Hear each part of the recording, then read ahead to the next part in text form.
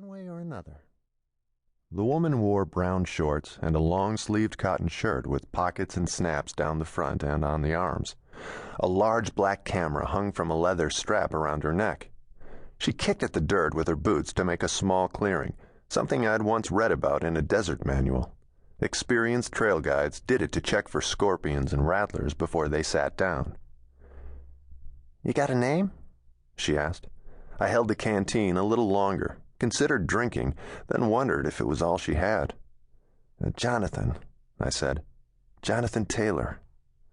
"Jonathan, do you realize that it's 115 degrees out here?" I said nothing and shrugged.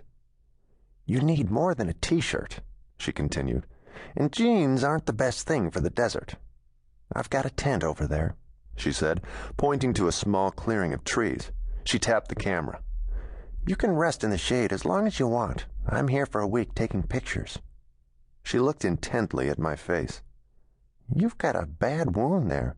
You need something for it?" I touched the left side of my jaw. It had been 2 months now, but the wound wouldn't heal. I shook my head. "I'm fine." "You don't look fine," she replied. "So why are you here?" I asked. "Why the desert? It's pretty desolate out here, and there's not much to see." "I'm a psychologist," she said. "Former, that is. Always wanted to be a photographer, but it's the one dream I never fulfilled.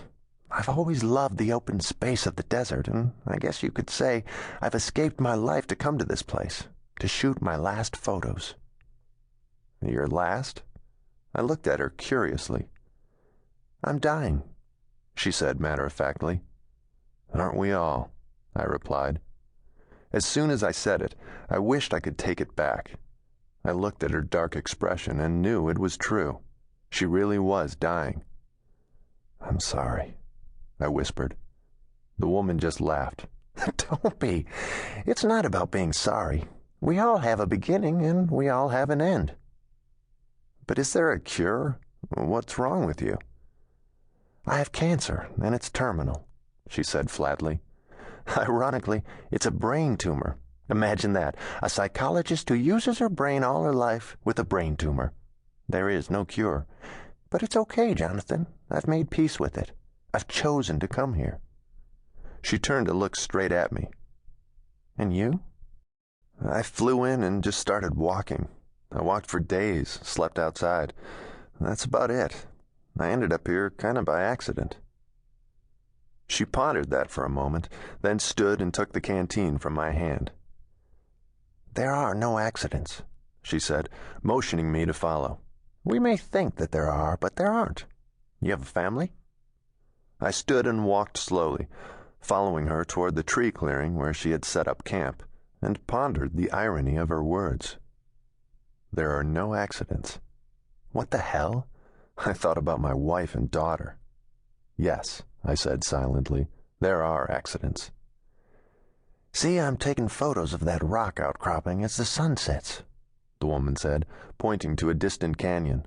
The mountain range was wide and distinct, with tall peaks jutting high into the heavens. "It's very different from the kind of work I've done my whole life. I've found my passion now. I've discovered my destiny. I may not have more than a few weeks to live it, but that's not important." She sounded sincere. "What kind of work did you do in psychology?" "Hemispheric integration." "Hemispheric what?" "I helped people understand the wide capacity of their minds." "My wife was a first-year neurologist," I said, "but I've never heard that term." "Was?"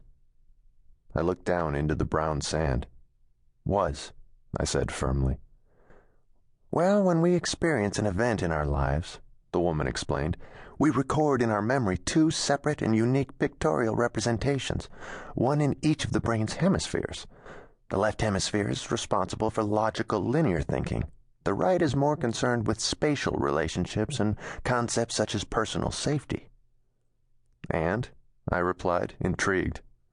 "And if we consistently use the perception from only one side of the brain, our choices are limited and personal issues remain unresolved.